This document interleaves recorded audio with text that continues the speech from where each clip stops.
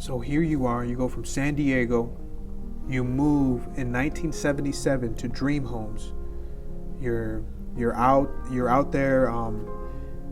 Now, tell me how you first started encountering just the Lord in general.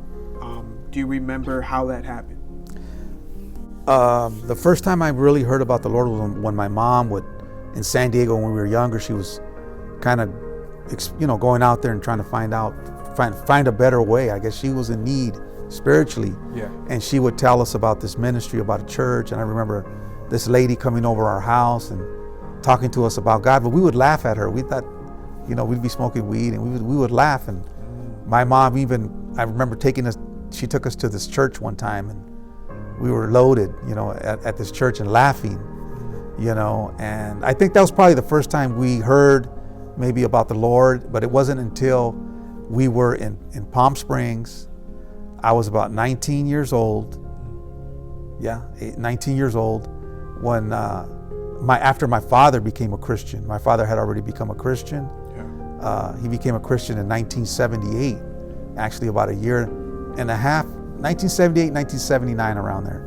A year and a half after, the incident of him trying to commit suicide.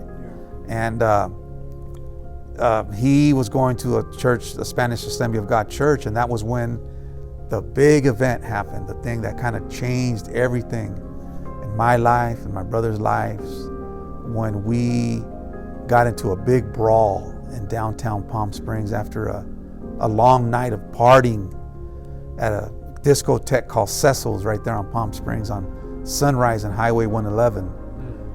Drinking and, just smoking and doing all kinds of stuff and, drugs. And we went to go have breakfast at a restaurant called Sandy's right there on Indian Avenue, Indian and Ramon Road. Okay. There was a restaurant there. Yeah. And it was about 2:00 in the morning, and my younger brother started mouthing off with some guys that were there, because I think there was a rodeo here during that time. There were a couple of these cowboy guys, and when we got into the parking lot, these guys happened to leave the restaurant at the same time we did, and my brother started, getting into a fight with one of them, and my brother pulled out a crowbar, or a big digging bar, which is a large, like 6-foot long metal bar that they use to dig footings and break concrete. Yeah. He pulls it out of somebody's construction truck and starts trying to hit this guy with it, this guy. And I remember that this gentleman just took that crowbar and he was getting ready to just beat my brother down with it. And I remember just running straight at him, and I remember just beating the guy. I lost complete control of So it was like your brothers against these cowboy guys. It was 4 of us against 4 of them. Wow. Against 4 big, I'm talking about big, these are big guys. I mean, we're little compared to these men, that we were fighting with. They were a lot older than us too, and I remember just trying to get this guy away from my brother, and I remember beating this man, beating him, and I lost control. And I was beating him, and he wouldn't let go of my leg, and before I knew it, my whole body, I was just all covered with blood, all my clothes, my face, because this man was just bleeding profusely, and he wouldn't let me go. He was just hanging on to me, and somehow I remember I got loose, and we jumped into my car, and someone identified us, because during that time it was basically Anglo-Saxon people, out here. There wasn't as many Hispanics. Yeah. You got 4 Hispanics running from a crime scene, and people reported us, identified us, and were running down, which is Ramon Road, going down Ramon Road, getting ready to turn on San Luis Rey to go into the Dream Homes. You know that street? Where Franklin's at? Right there where Franklin's Market. Matter of fact, we were right in front of Franklin's Market when we were approached from every angle. They came at us from every, the police came at us, and wow. And they at gunpoint. They're waiting for you guys? They were right there waiting. Some of them were waiting, and some of them were coming behind us, but they didn't have their lights turned on. That's why I couldn't see them. I was driving. Yeah. I couldn't see them out of the rear view mirror. They didn't turn the lights on until we got there almost to Franklin's Market, and then some of them came from the front, coming from Mission Avenue, and then from San Luis Rey, and they came and surrounded us, and they took us down right there. Wow. And they didn't do it they did it they didn't take us very lightly. They got us, and They're rough. they were rough. Oh yeah, they got us down, and Back then it was crazy. Yeah, it was There's crazy. no phones, recording or anything. They would take advantage. Oh yeah, they said that we were dangerous, and we were dangerous. They were right, and I remember they arrested us, they booked us. The next day we come out in the newspaper, our mug shots. Really? Me and my brothers, me and two of my other brothers, because my younger brother was a juvenile then. Okay. They couldn't put him in the paper. Just my older brother Joaquin, my brother David, and I, man, we came out right there, our mugs. Wow. It was an embarrassment for my parents, actually they were, but other than that, it being an embarrassment, it was just, and the neighborhood guys are looking at us like we're heroes. The guys from the neighborhood, oh, these guys are tough. Look at them. They don't let anybody, mess with them. The Martinez brothers, But hey, that's a lie, man. That's a lie of the devil. It's just a facade. You're trying to make a name for yourself out there in the neighborhood, and actually, it's just a big lie. It's a lie, From there, I remember going to our arraignment, all three of us coming in, with our carrot suits on. My mom and dad are there, they had to hire a lawyer. And when I was actually locked up at the Palm Springs jail, because they wouldn't take you to Riverside, they wouldn't take you to Indio, they would keep you here at Palm Springs jail, but it's like Riverside County Jail. During that time, I remember the guard coming up and saying, there's a preacher here that wants to talk to the Martinez brothers. Who wants to talk to this preacher? And my two brothers are in the cell with me, and they laughed. They were just cracking up and laughing, because they wanted the other guys in that tank to think that they were tough, Yeah.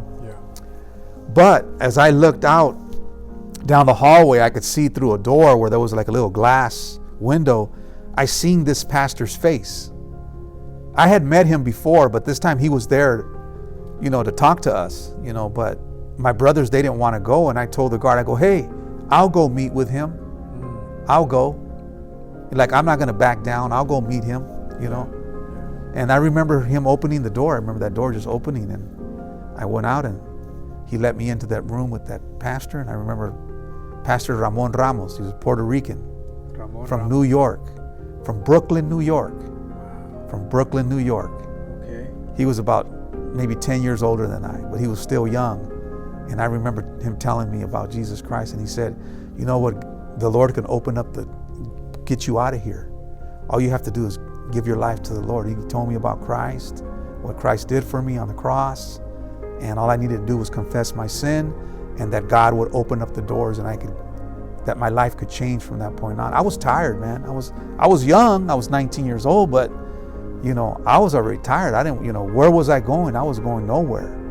I was locked up. I was going to go to maybe continue this career and, end up either in a prison the rest of my life, in a mental hospital, or I was going to end up 6 feet under the ground. That was my only options.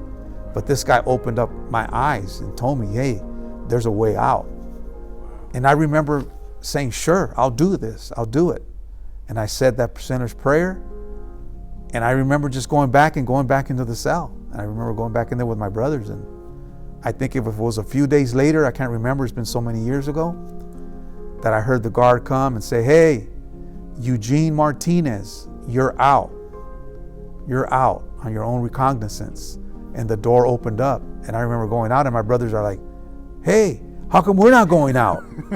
And I remember the door just shutting back, and I looked back at my brothers, and that was like the separation point between me and my God. God had to remove me away from my brothers, but God also had to remove me, my brothers away from me and me away from them, because I was a bad influence too. I'm not saying that I was a saint or anything like that, Yeah.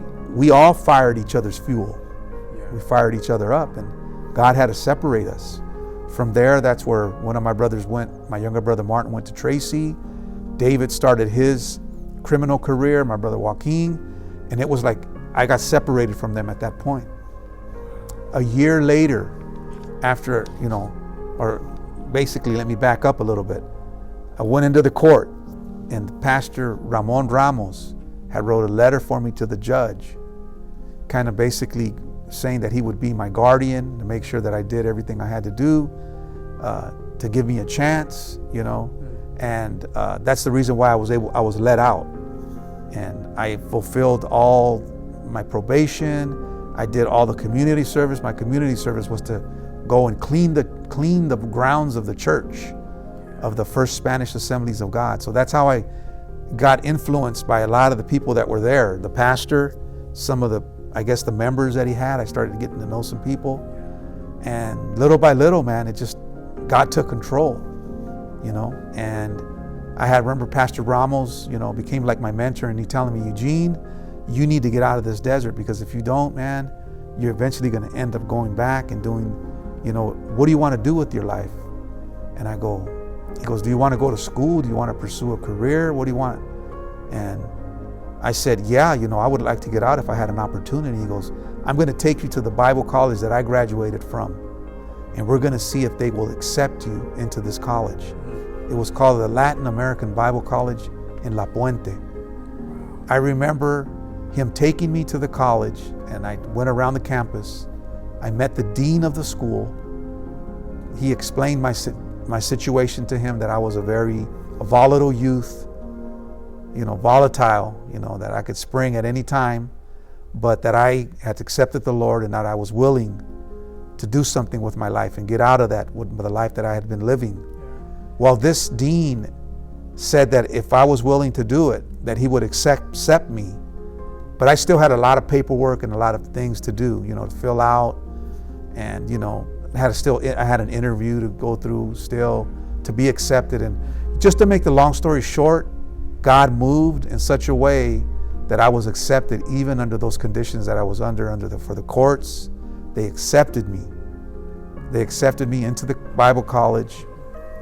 After my first year, I remember reporting to the probation in Los Angeles, because I was a county, because I jumped from Riverside to LA, so my whole case jumped over.